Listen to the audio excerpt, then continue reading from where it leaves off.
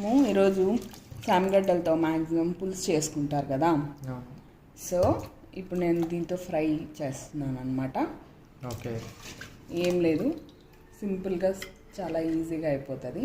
Okay, మన స్టైల్లో దీన్ని ఫ్రై ఎలా చేస్తామో చూపిస్తాం. ఓకే, జస్ట్ ఒక 2-3 టైమ్స్ వాష్ చేసుకున్నాను.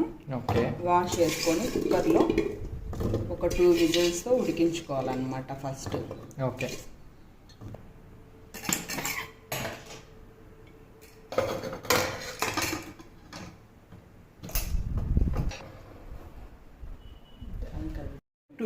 టూ విజిల్స్ పెట్టాను.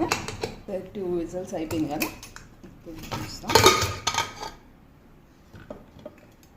ఇప్పుడు ఈ వాటర్ అంతా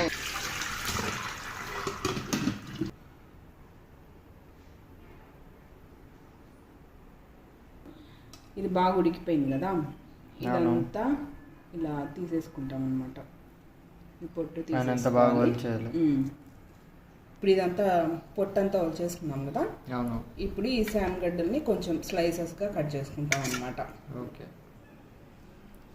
ఇదిగోబా ఇలా స్లైసెస్గా కట్ చేసేసుకున్నాం అనమాట. ఓకే, ఈ ఫ్రై కోసము ఆయిల్ అనమాట. ఇది డీప్ ఫ్రై చేయాలి. సో ఆయిల్ ఇది ఒలుచుకునేటప్పుడే ఆయిల్ పెట్టేశాను. ఇది ఆల్రెడీ వేడైంది కాబట్టి కట్ చేసుకున్న స్లైసెస్ అంతా ఇలా వేసేసుకోవడం.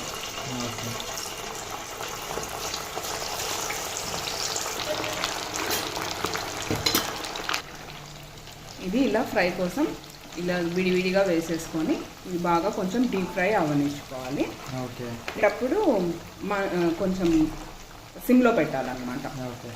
దీనిలో ఇలా జస్ట్ అతుక్కోకుండా దీన్ని ఇలా కలుపుకుంటూ ఉండాలన్నమాట. ఇప్పుడు ఇది గోల్డెన్ బ్రౌన్ అయ్యేంత వరకు డీప్ ఫ్రై ఇలా చేసేసుకొని మనం పక్కకు తీసేసుకుందాం. ఆల్రెడీ తీసేసాను. సో మనం అంతేస్తే దీనికి సరిపడా ఉప్పు అండ్ కారం కొంచెం స్లైట్గా వేసేసుకుంటాం. వేసుకొని నేను మిక్సర్లో ఇలా కలిపేసుకుంటే అయిపోయింది శామగడ్డలతో డీప్ ఫ్రై. ఓకే.